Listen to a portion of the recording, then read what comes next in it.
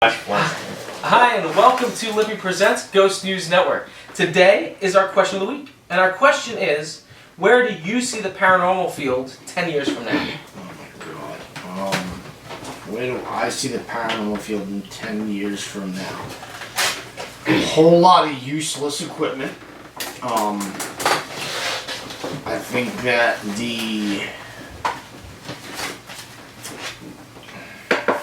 hopefully the older generations are the ones running the teams and not the younger generations. Just because, I mean, just in the past 16 years, we went from film, video cameras, filming, high 8, mini DV, from audio cassette tapes to the digital era, and it started to slowly go away. And you get your, you have your EMF meters, your analog meters, your digital stuff, and I just see it with a lot of the equipment that we buy, and we have to, once something breaks, it's like discontinued. Like, for instance, the electrosmog meter that we use. Right, yeah. It just has lights on it, and they kind of went away from that. Now everything is digital with lights on it. So everything's kind of entering this new digital era. You go on the website Ghost Stop. Right. You can't even find a basic digital EMF meter.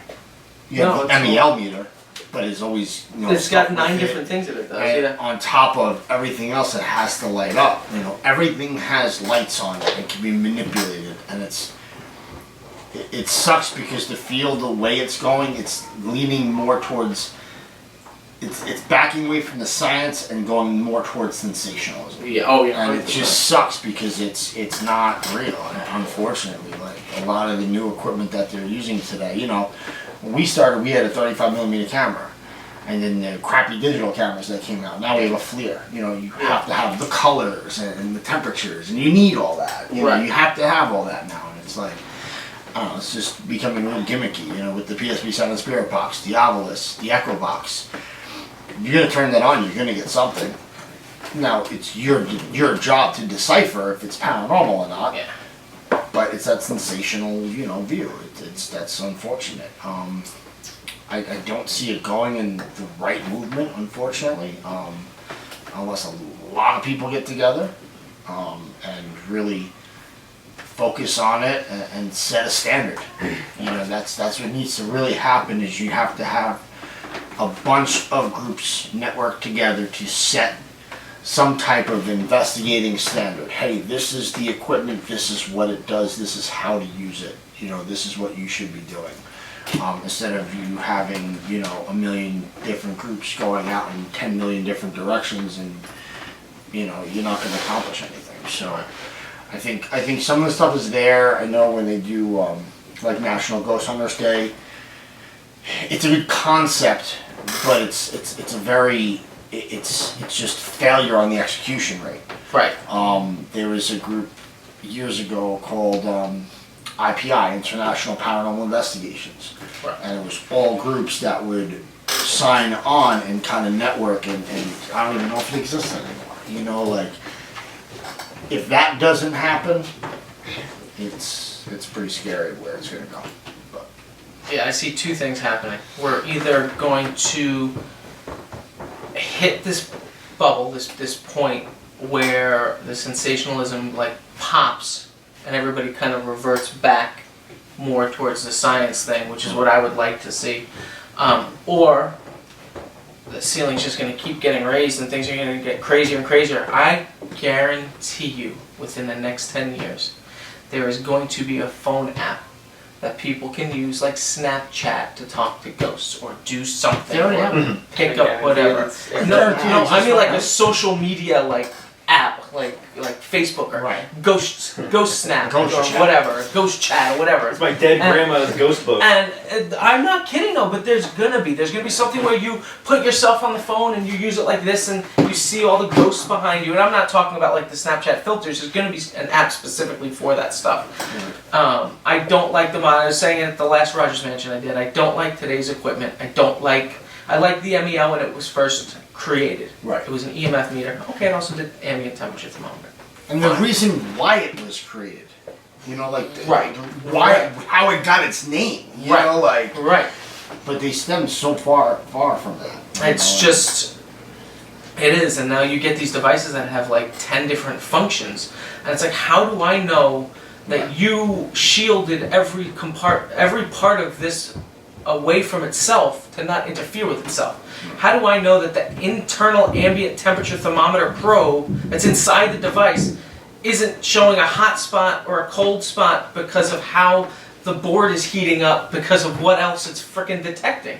Or whether or not your Geiger counter meter that's on one side isn't generating enough EMF that it's affecting the probe for the EMF meter on the left-hand side. Like, that's why I don't like these things. Give me one thing that has one job. I have plenty of hands, I've got a neck I can dangle things with, and I'll use my hands, so I'll just do it like that. I can hold them apart, I know what my readings are. These all-in-ones, they're not helping. And it's not like the tri-field meter. Like, you know, the tri-field meter has 3 different things in one, but you have to select the level it's it's doing. detecting. Right. And each one of those levels are very close. You're not Right. talking about 3 things that are completely out of the Right. ordinary, you know? Right. But Yeah, so, I don't know. You got you get a digital MEL that also has K2 meter, that also detects radio frequencies, it also detects temperature, and like... And what they will tell you is, Nonsense. you're welcome, because I put Wi-Fi in it too. Have a nice day. Yeah, so you can connect it to your computer and log your readings instantly. Okay. cool. No thanks.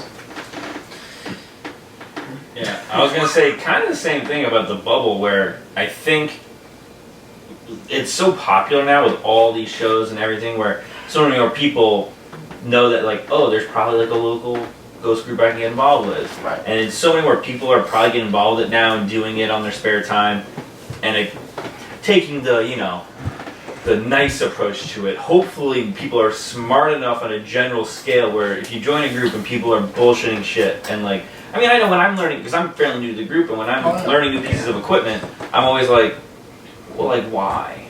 Right. And then you guys generally have a very good answer for it. I'm like, oh, that makes perfect sense. Why we do it this way, or why that thing does that thing.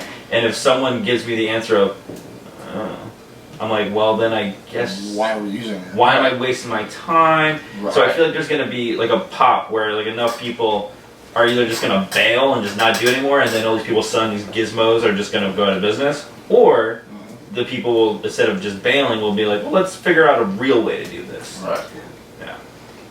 Yeah. So unfortunately, technology is growing way too fast, and it's getting easier to fake stuff. The more things you have, the more things that go wrong.